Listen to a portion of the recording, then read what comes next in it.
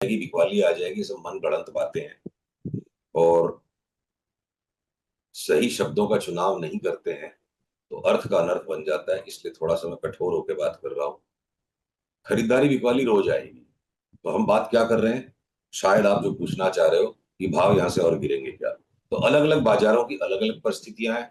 अगर स्क्रीन पर आप ये सब देख रहे हो नैस्डैक फ्यूचर्स की चार्ट, जहां पर टर्मिनल ट्रायंगल एक पैटर्न बना हुआ, पिछले 15 दिनों से हम अन्य चैनल्स पे जहां ज्यादा रेगुलर आते हैं लगातार चेतावनी दे रहे थे। एक भयावह सेलिंग, एक मेगा टॉप नैस्डैक और एसएनपी पे बन सकता है, जिसमें तकरीबन 20% तक की गिरावट नैस्डैक में, 17-16% तक की गिरावट एसएनपी में। फिलहाल के लिए हम देख रहे हैं, हो सकता है और भी बढ़ जाए। तो कल रात जो सेल ऑफ आ गया इंटरेस्ट रेट कट आने के बावजूद, मतलब वो वाली बात हो गई ना कि आप मुस्कुराए तो जनाब पर दिल से नहीं मुस्कुराए, इसलिए हम रूठ जाएंगे। इंटरेस्ट रेट कट आ गई, फेड ने मुस्कुराया पर मूड से, पूरे दिल से नहीं मुस्कुराए, नाक चढ़ाकर मुस्कुराए। उन्होंने थोड़ी हॉकिश बात कर दी तो बाजार छींकने के लिए तैयार था। जो छींक थी ना उसको रोके हुए था बाजार, क्योंकि फेड का एक इवेंट बीच में था। सरपट सरपट इतना ज्यादा मार्केट ऊपर तक खिंचता चला गया था अमेरिका का। और ये टर्मिनल ट्रायंगल पैटर्न में मतलब बेच दें, करेक्शन आ जाएगा, टॉप हो जाएगा, इन बातों को कहना भी गुनाह होता है। तो जो वक्त पिक्चर एक आई थी जिसमें राजकुमार ने बहुत सारे काम के डायलॉग दिए थे जिनसे शेयर बाजार बड़ा स्पष्ट हो जाता है, उसमें एक डायलॉग ये था, जिन दरख्तों को झुकना नहीं आता वो टूट जाते हैं। तो नैस्डैक की जो चार्ट पे ना झुकने को तैयार ही नहीं थी नैस्डैक की चार्ट। गई तो एक ही दिन में 3% गई और सीधा नीचे की सपोर्ट लाइन टूट रही है। सेम चार्ट एसएनपी 500 पर भी है। और मैं आपको एक और चार्ट दिखाऊं, इंडेक्स से ज्यादा जो बवाल मचेगा इंडिविजुअल स्टॉक्स में। अब हमारी एक इनफेमस फोरकास्ट है टेस्ला पे, जिसको कि हमने 150 पौने 200 के भाव पे, ज्यादा समय नहीं गुजरा है, अगस्त के महीने में 180-90 पे हमने इसका all time new high predict किया। साल खत्म होने के पहले वो आ लिया। और उसके बाद हमारा प्रेडिक्शन पिछले 4-5 दिन से ये था कि किसी भी टाइम में टेस्ला यहां से घूमेगा तो जो साल का लो था उसको भी तोड़ देगा। यानी 480 वाला अगर 180 भी तोड़ देता है तो 75% तक की कोलैप्स टेस्ला में आ सकती है। तो आपने जो अफरा तफरी मार काट मची हुई है, अभी उसका ट्रेलर है। कहीं कहीं पे कुछ कुछ ऐसे स्टॉक्स के भी एक्सट्रीम ओवर प्राइस पॉकेट्स हैं। अब टेस्ला से ज्यादा ग्लैमरस कंपनी नहीं इस वक्त है, वर्ल्ड की largest market cap, self driven cars बना रही, इलोन मस्क की फ्लैगशिप है। और अगर मैं बोलूं इसकी 70-80% गिरावट आ जाएगी, अब उसको एक्स्ट्रापोलेट कर ले, इसका मतलब क्या पूरा संसार गिर जाएगा, सब कुछ बेच दें, संन्यास ले लें? है ना, ऐसा नहीं है। ऐसा नहीं है। कुछ चीजें बहुत गिरेंगी, कुछ चीजों में भी लेके कमाने के अवसर है। तो देखिए, जब भय का वातावरण आता है, अब संसार में थोड़ा भय का वातावरण लौटने लग गया है, क्योंकि आप चढ़े हुए हो बिल्कुल चांद पे। अब वर्टिगो हो रहा है बाजार को। किसी इतने ऊंचे स्तर पर हम चढ़े हुए, इतने स्टीप वैल्यूएशंस हैं कि टाइम टू टाइम बीच में वो रियलिटी चेक आएगी। आप नीचे झुक के देख लोगे तो समझ में आएगा। बुर्ज खलीफा से मैं नीचे देख रहा हूँ तो वर्टिगो आना है, घबराहट आएगी बीच बीच में। उस घबराहट के अंदर में फिर सारे पंडित बन जाएंगे कि सब कुछ खत्म हो जाएगा, सब कुछ खत्म नहीं होगा, उठा पटक का बाजार है। तो अगर भय लौट के आ रहा है कि फेड की जो हॉकिश बातें शुरू हो गई, उसे रियलिटी आ रही है कि भाई अंदर तो हमने पक्षियों के ऊपर में चारपाई को बिछाया हुआ है, ऊपर गलीचा गद्दा बढ़िया बिछा रखा है, सजावट बढ़िया हो रखी है, चारों तरफ लिक्विडिटी बची हुई है। लिक्विडिटी हाउस इफेक्ट है, मार्केट इतने बड़े हुए, सबकी गैम्बलिंग इंस्टिंक्ट स्ट्रॉन्गर हो गई है, सबके घर में मुनाफा आया हुआ है। तो अंदर की अंडरलाइंग रियलिटी जो है कि अब अगर जर्मनी का मार्केट रिसेशन को झांक रहा है, अगर यूएस मार्केट्स में भी रिसेशन के रंगढंग कभी भी किसी टाइम बन जाएंगे, भय लगातार बना रहता है, तो डर भी लग रहा है। और डर के साथ साथ जो है, आप चढ़े हुए बिल्कुल बुर्ज खलीफा पे। तो टाइम टू टाइम अलग अलग चीजें जब चलेंगी तो भय का जब वातावरण आता है, तो अब हमारी जो पिछले 15 दिन से फोरकास्ट थे उसका जस्टिफिकेशन लोगों को मिलने लगेगा कि हम एफएमसीजी के स्टॉक्स अगले एक क्वार्टर को खेलने के लिए लेंगे। मुझे लीवर नए हाई पे जाता दिखता है, टाटा कंज्यूमर नए हाई पे चला जाएगा, even Titan consumer driven story है, ये भी एक न्यू हाई पे जा सकता है। आपका ब्रिटानिया जो है मुझे लगता है 50% बढ़ जाएगा 3-4 महीने में। हाँ, वो जैसे अमोल पालेकर का गाना था, डर लगे तो गाना गा, तो मैं बोलता हूँ स्टॉक मार्केट में डर लगे तो बिस्कुट खा। तो सर सब कंजम्पशन वाले स्टॉक्स में खरीदारी आएगी, राइट? लेकिन मैं ना कंजम्पशन वाले मैंने स्टॉक्स वो सेफ हेवन बेट से, देखिए फंड हम्म, मैनेजर जिनको अगर बाकी पोर्टफोलियो ट्रिम करना है, हम्म, कैश एक सर्टेन लेवल से ज्यादा होल्ड करना उनके मैंडेट में नहीं है, तो बोला यार ये नो ब्रेनर ट्रेड है, उठा के लीवर ले ले, नेस्ले ले ले, ब्रिटानिया ले ले, टाटा कंज्यूमर ले ले, रॉन्ग नहीं हो सकता। तो इंस्टीट्यूशनल सेफ हेवन बाइंग के अंदर जब मार्केट भागता है तो उसमें वो स्टॉक्स में मोमेंटम बन जाती है। अगर एशियन पेंट्स और बर्जर को भी आपने इतना टूट दिया, इतना पीट दिया है, कंपटीशन आ रहा है और बहुत सारे पेंट के ब्रांड आ जाएंगे, हैन है तैन है, हर चीज एक भाव से सही है। इंडिगो को इतना इसको आपने एशियन पेंट्स को इतना पीट दिया, वो भी इंडेक्स हैवी वेट है, तो फिर गिरेगा क्या?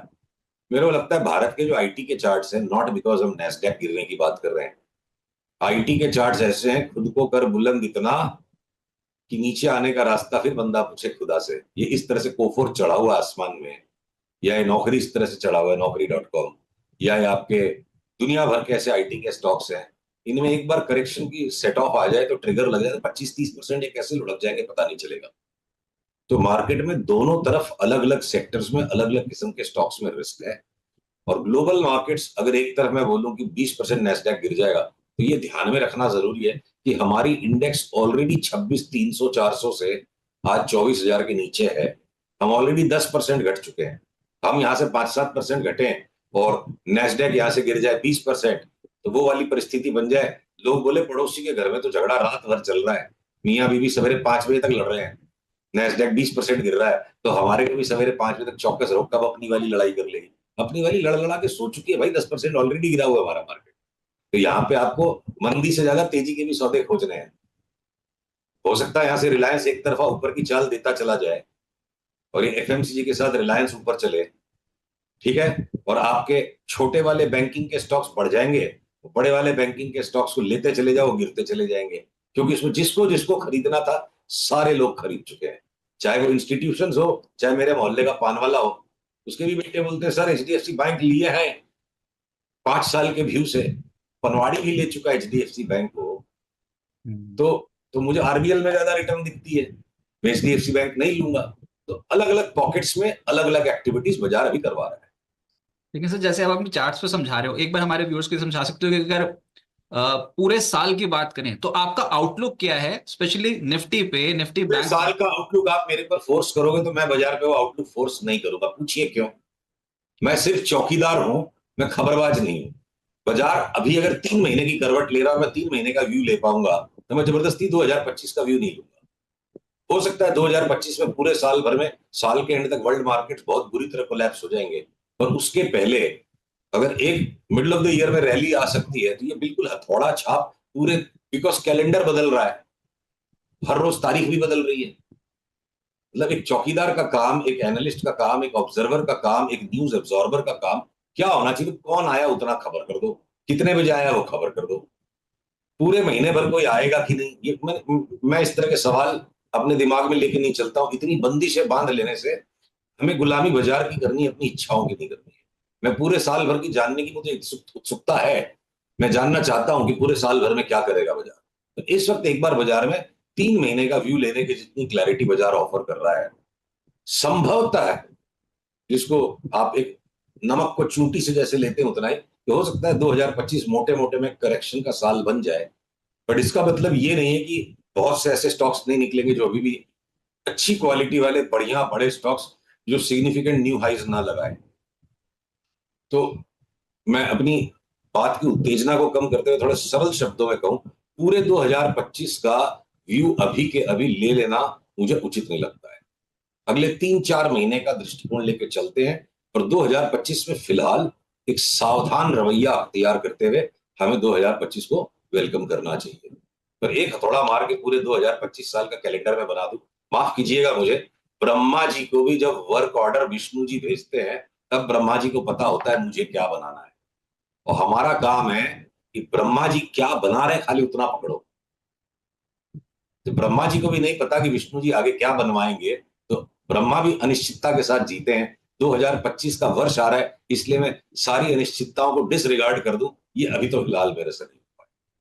तो पर आपने कुछ जी, आपने कुछ सेक्टर्स और स्टॉक्स के बारे में बात करी। सब जानना चाहते हैं केडिया जी चार्ट्स पे क्या देख रहे हैं। जैसे अभी आपने कंजम्पशन स्टॉक्स के ऊपर बात करी, मेजर ट्रिगर बजट भी है सर, सरकारी कंपनियां भी तो पिटी हुई हैं। आप चार्ट्स पे क्या देख रहे हैं, क्या वो अलग है जो आप देख रहे हो इसमें? सरकारी कंपनियों में ही एकमात्र ऐसी जगह दिखती है जहां लग रहा है कि चाहे कहीं कोहरा हो जाए कितना भी, अगर चमकेगा सूरज कहीं तो ये सारे पब्लिक सेक्टर बैंक्स में चमके। मैंने सारे पब्लिक सेक्टर बैंक्स पे ले लो, डिफेंस कंपनीज पे ले लो, रेलवेज पे ले लो। मतलब सूरज को मतलब लगता है कि मन हो गया है कि चाहे कहीं मौसम कुछ भी हो जाए, चाहे टाइम कितना भी हो जाए, सारी सरकारी कंपनियां तो चमकेगी, चाहे बाजार का कुछ भी हो। ये चार्ट जरूर कह रहे, जस्ट बिकॉज वो पॉपुलर है या मार्केट में गॉसिप चल रही है कि गवर्नमेंट की स्पेंडिंग बहुत बढ़ेगी, मैं उस पर नहीं चल रहा। सारी चार्ट्स पोजीशन है। और इंश्योरेंस के स्टॉक्स जो हैं, अब उनमें सिग्निफिकेंट करेक्शन हो चुका। तो SBI life, HDFC life, true ICICI, इनको हम बड़ी टकटकी लगा के देख रहे हैं कि एक दो दिन में हम कभी भी ले लेंगे।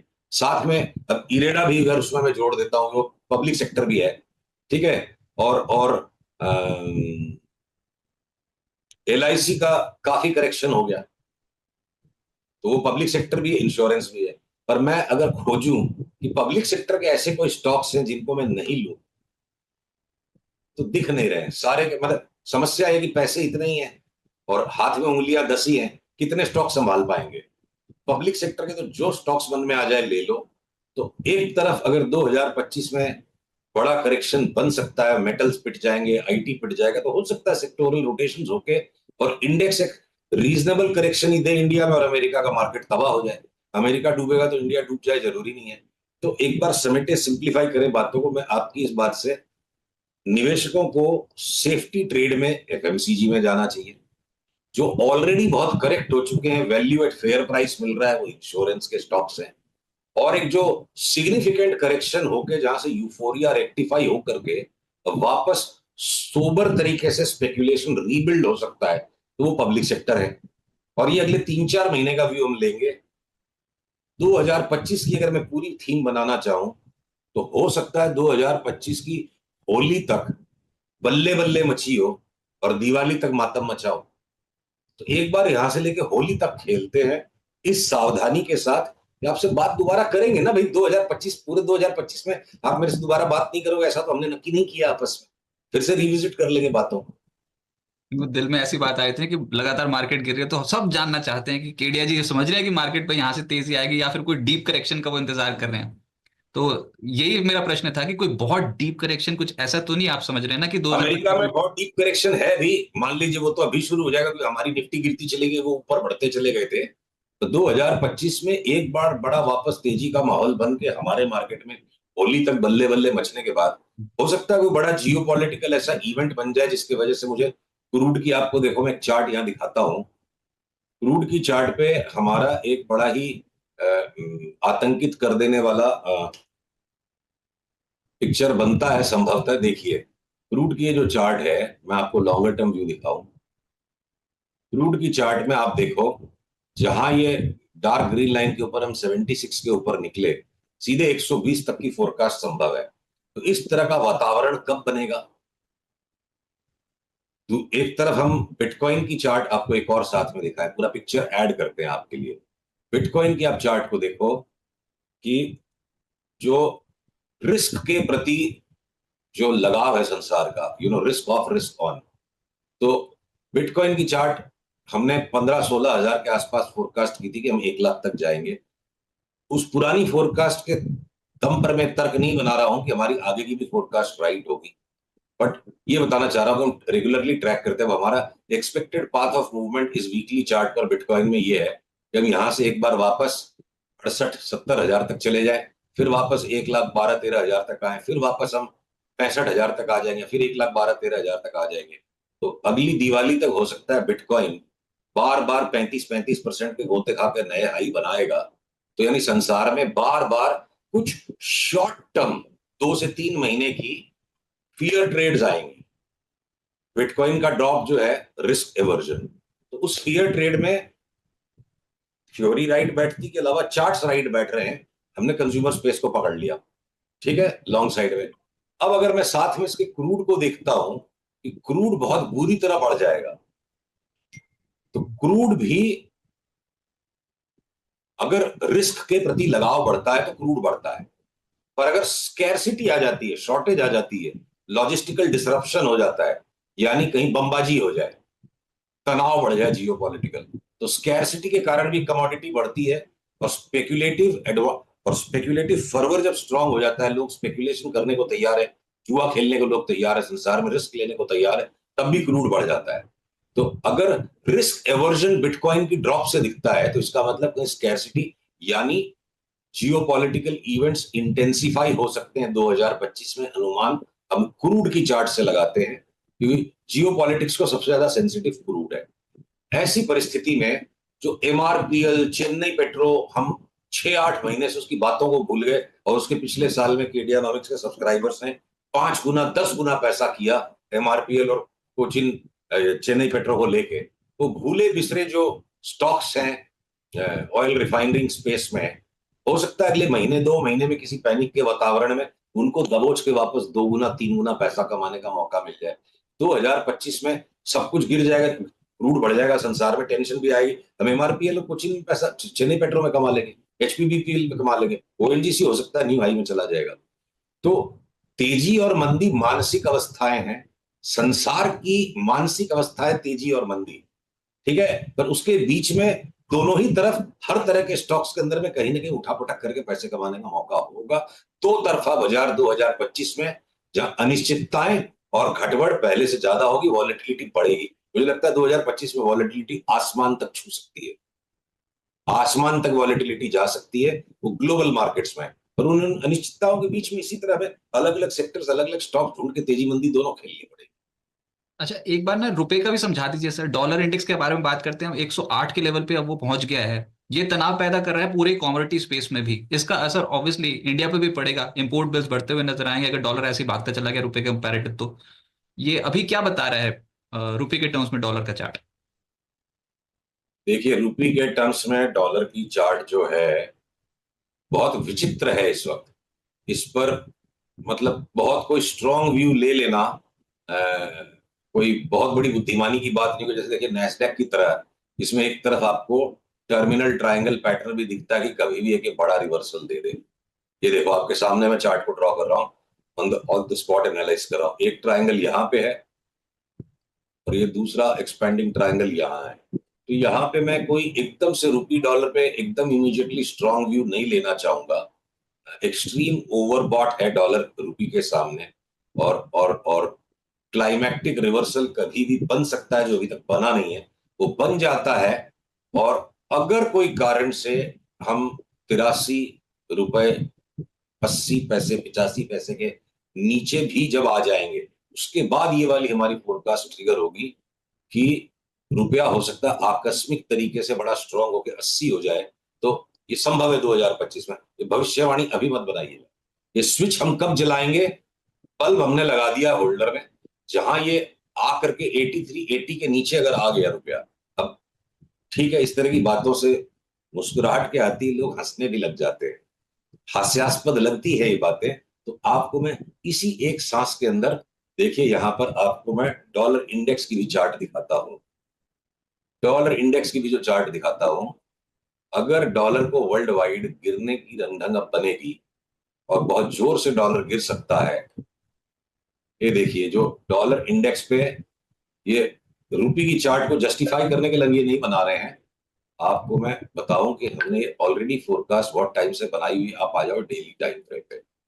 एक तरफ चाहे कितना अमेरिका का मार्केट गिर जाए, ये जो रैली आई है ये सिर्फ रैली है। ये था ए वेव, बी वेव, और ये जो सी वेव बन रहा है, 2-4 दिन बाद हम बात करेंगे। सावधान रहने की यह जरूरत है। अगर डॉलर में एक रिवर्सल बन गया डॉलर इंडेक्स पर, संभव है। अब कृपया आपके जो एडिटर्स, संपादकीय जो स्वच्छंदता है, उसको स्वायत्ता न बनाए। मेरे शब्दों को तोड़ेंगे मरोड़ेंगे तो आपके जो कॉपी राइटर्स हैं, ऑडियंस को एरर हो सकता है। हम वेट कर रहे हैं सिग्नल का, अभी आया नहीं है। सीधे हथौड़ा मार के ये न लिख दे सुशील केडिया ने बोला 94 हो जाएगा, नहीं। 94 की संभावना है, जिस पर हम काम तब करेंगे जब अगले 2-3 दिन में पक्का रिवर्सल बन जाए, इस रेखा के ऊपर जाए बिना। तो मोटी मोटी बात, 108-9 के ऊपर जाए बिना अगर डॉलर इंडेक्स 95-94 तक गिर गया तो भारत की बल्ले बल्ले मच सकती है। डॉलर अगर बहुत जोर से गिर जाएगा और साथ में जियोपॉलिटिक्स भी भयंकर होनी है, बिटकॉइन भी गिर जाएगा, तो विचित्र इक्वेशन बनेगी। क्रूड बढ़ रहा है क्योंकि भाई डॉलर गिरता जा रहा है, एसेट्स बढ़ेगी। कौन सी एसेट्स बढ़ेगी? Assets away from the war zone. तो हो सकता है अमेरिका कोई पंगे मुंह लग जाए। ये कल्पना है। सर मैं तो हर सोना चांदी फोरकास्ट। सोच रहा हूँ, फिर अगर डॉलर इंडेक्स गिर गया तो सोने चांदी का क्या होगा? अच्छा, अब ऐसा है कि यही यही बात है, इस पे थोड़ा सा मैं, शब्द कठोर नहीं है, शब्द मजबूत है। देखिए, शेयर बाजार है जी ये, मोहब्बत में फिर भी बुद्धिमान आदमी क्या पता थोड़ा सफल हो जाए, इतनी बुद्धिमानी कर लेगी, मुंह बंद कर लेगा तो भी काम हो जाएगा। शेयर बाजार में तो मोहब्बत से भी ज्यादा आपको शातिर बनना पड़ेगा। यहाँ यहाँ आपको अपनी बुद्धि से ऊपर उठना पड़ेगा कि हर आदमी बुद्धिमान है। तो गोल्ड जो है, दो तरीके से बर्ताव करता है गोल्ड। इसको एक हथौड़े के नीचे मार के सपाट कर देना गलत होगा कि डॉलर गिर गया तो गोल्ड भी बढ़ेगा। गोल्ड के दो चरित्र हैं। कभी गोल्ड सुपर करेंसी की तरह बिहेव करता है।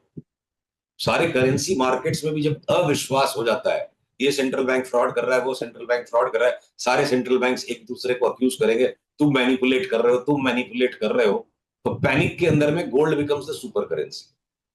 और जब एसेट मार्केट्स में पैनिक मचती है, उस टाइम गोल्ड सुपर एसेट की तरह भी बिहेव कर सकता है। तो गोल्ड वास्तव में जितना भी चमकीला है, ये बड़ा बहुरूपिया एसेट है।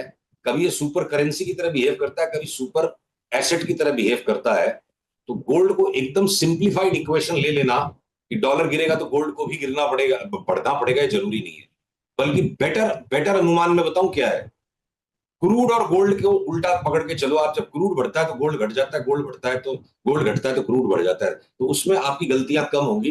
डॉलर के सामने अगर खाली आप गोल्ड को नापोगे, अगर डॉलर में मान लीजिए पैनिक आ जाती है, अविश्वास आ जाता है डॉलर में, इस तरह से सारा वो जो डी डॉलराइजेशन, जियो पॉलिटिक्स वापस जोर पकड़ लेती है, ईरान की बमबाजी हो गई, पीछे से रशिया आके आवाज करने लगेगा, हम कल्पना कर रहे हैं, संभव होता है, बार बार होता है ये, साथ में चीन भी टर टर पीछे से करने लग जाएगा और बोले जी ये डी डॉलराइजेशन का जियो पॉलिटिक्स शुरू हो गया है, डॉलर पे से फेथ जा रही है, तो फेथ कहां मूव करेगी? गोल्ड में मूव करेगी। हम्म। पर अगर गोल्ड से भी फेथ निकल रही है, क्योंकि जैपनीज येन को आप कूट दोगे, बिल्कुल स्ट्रॉन्ग कर दोगे, जैपनीज येन 150 से अगर 120 हो जाएगा, इतनी सिंपल इक्वेशंस नहीं है। मेरा मात्र इतना कहना है कि मतलब जैसे मोहब्बत में आपको अपनी महबूबा का मन समझने के लिए अपने आप को बहुत शांत रखना पड़ता है, हर वक्त लॉजिक लगाने से मोहब्बत नहीं हो पाएगी। तो शॉर्ट टर्म ट्रेडिंग जो है ना, मोहब्बत से भी ज्यादा पेचीदा मामला है। इतनी ज्यादा लॉजिक लगाने से ये हो जाएगा तो वो हो जाएगा, तो उसके अंदर में आदमी की पॉकेट खाली हो जाएगी। सर अलग अलग सबको है। सबको सस्ता खरीदना है गोल्ड, आप बता दो अगर इस साल सस्ता होने वाला है गोल्ड तो पहले ही अभी अभी थोड़ा रुक गोल्ड की जाएं, चार्ट अभी को, अभी अरे शॉपिंग ना करें। देखिए, बताने से किसी के कुछ नहीं होगा, हम तो कह रहे हैं, देखिए जो फिजिकल कंजम्पशन है, आपके घर की जो जरूरतें हैं, शादी ब्याह है, बच्चों की आगे प्लानिंग है, या आपके जो पर्सनल लाइफ कमिटमेंट से श्रीमती जी को प्रसन्न रखना है, तो वहां भाव मत देखा करो कभी। परिवार की खुशी के सामने सोने चांदी का भाव नहीं होता है, मोहब्बत का और खुशियों का कोई भाव नहीं होता है। वो तो जिस दिन चाहिए उस दिन लेना है। आपकी श्रीमती का जिस दिन बर्थडे है या उसकी एनिवर्सरी है, तो आप गोल्ड की चार्ट देखोगे क्या उस दिन? तो आपकी चार्ट बिगड़ जाएगी। तो उन चीजों को नहीं देखना चाहिए। पर अगर आप एक एसेट एलोकेशन की बात कर रहे हो, स्पेकुलेशन की बात कर रहे हो, तो हमारी देखिए गोल्ड की फोरकास्ट काफी टाइम से ये है कि ये जो टॉप बन गया था, यहां से हमने ये निकाला कि भैया एक बार 2300 के आसपास आएगा तो सोचेंगे। इंट्री में एक बीच में रैली हुई थी, वो वापस से रैली फिजल्ड आउट हो गई है। तो टुकड़े टुकड़े में खेलना पड़ेगा। और डॉलर का गिरना और गोल्ड का गिरना दोनों एक ही सप्ताह में होना जरूरी नहीं है। चार 4-5 दिन गोल्ड गिर गया, 2-3 दिन डॉलर गिर गया, 4-5 दिन गोल्ड गिर गया, आगे पीछे भी करके मूवमेंट बन सकती है। तो इसलिए एकदम स्ट्रेट लाइन कोरिलेशन नहीं करना चाहिए। ब्रॉडली अगर अगर मैं सिंपल बात करूं लॉजिक के बिना, तो लॉजिक यहां संभव नहीं है बिठाना। 2025 में बहुत खतरनाक तरीके से क्रूड में तेजी बन सकती है, अभी का पिक्चर ऐसा है फर्स्ट हाफ में। और सेकेंड हाफ में क्रूड और पानी एक भाव हो सकते हैं। एक बार क्रूड में आग लग जाए फर्स्ट हाफ में, और सारे संसार को समस्या कर दे क्रूड, और उसके बाद क्रूड लेने वाला ही कोई नहीं बचे, संसार अपने आप के लिए इतनी समस्या पैदा कर ले, राइट? तो सारे कुट पिट लेंगे, मर लेंगे, तो फिर क्रूड भी कोई लेने वाला नहीं, तो गिर जाएगा लास्ट में। तो एक क्रूड का मेरे को लगता है कि टिल द मिड ईयर बहुत भयंकर तेजी बन जाए, और उसके हिसाब से बहुत सारे हमारे मार्केट में स्टॉक्स हैं जिनमें तेजी मंदी दोनों करके पैसे बनाए जाएंगे। पूरे सेक्टर में क्रूड की बड़ी चाल का बड़ा पैसा इंडिविजुअल स्टॉक्स में बनेगा। पर साथ में बिटकॉइन की मंदी, बिटकॉइन में 35% की ट्रेडिंग रेंज है अगले 6 महीने के लिए, और उसके बाद हमें लगता है 2025 के अंत तक, नहीं तो 2026 तक बिटकॉइन जहां से शुरू हुआ था वहीं खत्म। 15,000 से तेजी शुरू हुई थी, वापस 15,000 पहुंच जाएगा। चाहे वो 2026 में हो या 2025 के अंत में हो। और गोल्ड के अंदर और सिल्वर के अंदर फिलहाल एक बार जो करेक्शन शुरू हो गया था ऑल टाइम हाई से, वो इनकम्प्लीट है। 2300 2350 तक आए तो हम इसको रिव्यू करेंगे। यूएस मार्केट्स में एक बार 20-20% का करेक्शन, उनकी सिंपैथी में डैक्स और फुटसी में भी, यूरोपियन मार्केट्स में भी करीब करीब वही बात दिखती है। और उस चक्कर में 10-12% का करेक्शन निकेई में भी आ जाएगा। तो ग्लोबल इक्विटी इंडिसेस में जो करेक्शन है, इंडिया ने उसमें से ऑलरेडी 10% का करेक्शन कर लिया है।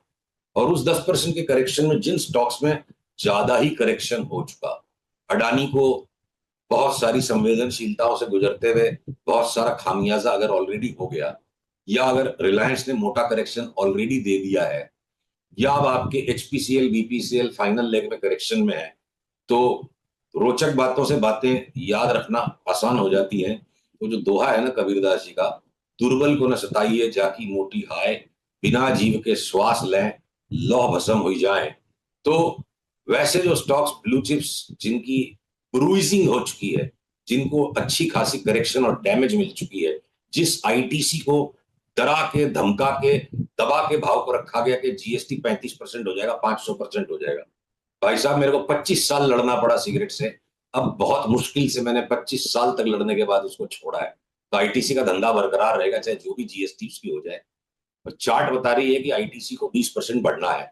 तो कंज्यूमर्स, एफएमसीजी, नशे के स्टॉक्स जिनकी चार्ट्स ठीक हैं इस वक्त, अमेरिका का बाजार और बिटकॉइन क्या काम करेगा, अलग अलग चार्ट्स को हमें देख के काम करना है। ये हमारा सारांश। ये बात हमने अपने क्लाइंट्स को समझाई है कि स्टॉक स्पेसिफिक काम कीजिए। निफ्टी और बैंक निफ्टी का खेल इस वक्त थोड़ा सा विचित्र है। सर बहुत कुछ सीखने को मिला आपसे। मेरे को पूरी उम्मीद थी जब मैं इंटरव्यू करूंगा ना, तो कुछ ऐसी चीज सीखने को मिलेगी जो आज तक किसी के सामने आई ना हो। आपका स्टॉक मार्केट को देखने का नजरिया बिल्कुल अलग है। लोग ये मोमेंटम की बात करते हैं, और आप आपने जो भी स्टॉक्स अभी तक बताए, हालांकि वो चार्ट्स हम नहीं देख पाए अभी आपकी स्क्रीन पे, मतलब आपने जो भी बताया Reliance industries, ITC, beaten down stocks हैं सर। तो लोअर लेवल पे हमेशा सस्ता खरीदने की बात आप करते हो ताकि तेजी का फायदा उठाया जाए। तो मेरे को लग रहा था इंटरव्यू में नहीं, यही। रजत जी, ये आपकी उदारता है। पर देखिए, एक चीज जो ना बहुत साल तक धक्के खा के आदमी सीखता है, कॉमन सेंस की वैल्यू क्या होती है। कि हम जितनी भी ज्यादा पढ़ाई लिखाई कर लेते हैं, और जितने भी ज्यादा स्पेशलाइज्ड नॉलेज के पीछे लोग प्रभावित होकर के लालायित रहते हैं, ये चीज समझने जैसी और जानने जैसी है। कॉमन सेंस का नाम कॉमन सेंस क्यों है? Because it is a sense common to everything. तो कॉमन सेंस के बियॉन्ड जाके कोई एनालिसिस आपको मुनाफा दे जाएगी, ये संभव नहीं है। पैसा बनाने का एक ही तरीका है संसार में, सस्ता खरीदो महंगा बेचो। ये सब कहानियां हैं कि महंगा खरीद के हम और महंगा बेच देंगे, हो नहीं पाता है। और क्यों नहीं हो पाता है? हर आदमी के पास कल्पना है, और हर आदमी अपनी कल्पना को अपनी बुद्धि समझ लेता है, और अपने कल्पना के वशीभूत होके वो सपने देखने लग जाता है, प्रार्थना करने लग जाता है। हनुमान जी बनकर के लोग बड़ा बड़ा सौदा कर लेते हैं, और फिर बाद में क्या है ना, हनुमान चालीसा जपने लगते हैं, इस बार बचा लो हनुमान जी। तो अपने आप से बचने के लिए हमारे अंदर जो बैठे हनुमान हैं, वो शांत रहें, और जो संसार को चलाने वाले हनुमान जी हम उनके अनुसार चलें। इसलिए हम चार्ट्स का सहारा लेते हैं। और क्योंकि हम चार्ट्स जो कहते हैं वही आपको देखते हैं, वही सोचते हैं और वही कहते हैं, इसलिए शायद लगता होगा हम अलग बात कर रहे हैं। बात हम वही कर रहे हैं जो चार्ट्स कह रहे हैं। पर देखो, हमारी डर हमारी तो अपनी आम कोई इंसान बात को नहीं। लगता है ना सर। ये जैसे टाटा मोटर ले लिया किसी ने, सपोज करो, ये आखिरी सवाल होगा वैसे, जैसे टाटा मोटर ले लिया, रिलायंस इंडस्ट्रीज ले लिया, ऐसे वाले स्टॉक, और धड़ धड़ धड़ धड़ करते टूटते चले जा रहे हैं। 3 महीने से समझ में नहीं आ रहा क्या हो गया, क्या ले लिया हमने। तो डर तो लगेगा। अच्छा, तो अब आपको टाटा मोटर्स अगर आखिरी सवाल है तो मैं कह दूं, जिसने भी वक्त से पहले ले लिया, हम्म, वक्त पिक्चर जरूर देखिएगा। बलराज साहनी और राजकुमार की शेयर बाजार के बहुत सारे भेद हैं। टाटा मोटर्स हम टकटकी लगा के इंतजार कर रहे हैं। ये मत लिख दीजिएगा कि कल सवेरे लेना, टकटकी लगा के इंतजार कर रहे हैं। और 2-4 दिन में अगर ये घूम गया, या ये कह लो कि इस रेखा के ऊपर चला गया, 785 के ऊपर चला गया, तो हो सकता है Tata Motors stock of the year हो जाए। 785 के ऊपर टाटा मोटर्स गया तो जो भी लोएस्ट भाव उसके पहले हम देखेंगे, उसको स्टॉप लॉस लगा के हम दबोचेंगे जरूर इसको। क्या पता 1500 में बेचने मिल जाए। इरिस्पेक्टिव ऑफ नैस्डैक 20% गिरेगी और बिटकॉइन 30% गिरेगा। इसमें वैसे वो कमर्शियल व्हीकल और पैसेंजर व्हीकल अलग अलग हो जाएंगे शेयर्स। 2025 में वो अनाउंसमेंट भी आ जाएगी। एक बार सर वो रिलायंस इंडस्ट्रीज भी बता दो, नहीं तो लालच बढ़ता चला जाएगा मेरा। आखिरी देखिए, एक ऐसा बार पक्का, रिलायंस ऐसा है। इंडस्ट्रीज बहुत बुरी तरीके से पनिश हुआ है ये स्टॉक हायर लेवल से। हाँ, तो जो जो तो ऐसा है ना, मतलब कि अब जो पनिश हो चुका तो पनिशमेंट ठीक है, सस्ता लीजिए और महंगा बेचिए। जिस दिन ये 1245 के ऊपर जाएगा, हम इंतजार में हम ले लेंगे, जब तक नहीं जाएगा हम बैठे रहेंगे। और देखिए जितनी भी डिस्क्रिप्टिव इंफॉर्मेशन है, हाथ जोड़ के क्षमा याचना अग्रिम करना चाहता हूं, ऐसे भी आप चेतावनी दे चुके हैं कि समय का में भी अंतिम प्रश्न है। अगर किसी को यह भ्रम है कि मैं बुद्धिमान हूं, तो सबसे पहले उसको अपनी बुद्धि से यह समझना जरूरी है कि मुझे बुद्धि का कितना इस्तेमाल करना और कहां करना है। अगर बुद्धिमान है कोई, तो सबसे पहले उसको अपनी बुद्धि के माध्यम से समझना है कि मुझे अपनी बुद्धि को कहां, कब, कितना इस्तेमाल करना है। हर वक्त किसी भी चीज को बुद्धि से जोड़ करके जस्टिफाई कर देना बुद्धिमानी नहीं होती। तो ये फंडामेंटल के नाम पे लोग जो बड़ी फंडा चेपने वाली बातें करते हैं और मेंटल हो जाते हैं, मैं उनको इंगित कर रहा हूं कि फंडामेंटल फंडामेंटल है, और फंडा पे मेंटल होने वाले वो फंडा के मेंटल लोग अलग हैं। और बेसिक फंडामेंटल लाइफ का ये है, बुद्धि का फंडामेंटल क्या है, पहले ये तो संतुलन होना चाहिए कि बुद्धि को कब और कितना इस्तेमाल करना है। तो ये हो जाएगा तो वो हो जाएगा, वो हो जाएगा तो वो हो जाएगा, ये लॉजिक जो है, इस तरह की लॉजिक के ऊपर में तो आप कुछ भी प्रूफ कर सकते हो। सुशील जी, बहुत शुक्रिया आपका हमारे साथ जुड़ने के लिए और मार्केट धन्यवाद, के को आपने इतने बताने के लिए। खुल के मेरे तरीके से मेरी बात कहने दी। ये भी आज के समय में दुर्लभ बात है। आज के इस युग की बहुत ही एक्सट्रीम कॉम्पिटिटिव पत्रकारिता के अंदर में गेस्ट तो बेचारा जो हो जाता है वो शो पीस रह जाता है। तो जितनी खुल के आपके साथ मन की बात हो पाई, ऐसी ऐसी वार्ता कम हो पाती है। तो इतना खुला मंच और इतनी खुली बातचीत का अवसर देने के लिए बड़ा धन्यवाद। सर एक बात बताइए, वो कोई हमें थोड़ी सुनने आए थे, सब आपको सुनने आए थे आज इस मंच पे, तो अब ऐसी आप ऐसी जो कोई बोलोगे बात, हम तो आज वही सुनने आए थे। मैं खुद पर्सनली देख रहा था कि आप किस तरीके से सोचते हो, शेयर बाजार को कैसे देखते हो। बहुत कुछ सीखने को मिला सर। फिर से दोबारा बात करेंगे, आपसे बात करना बड़ा अच्छा लगा। वर्ष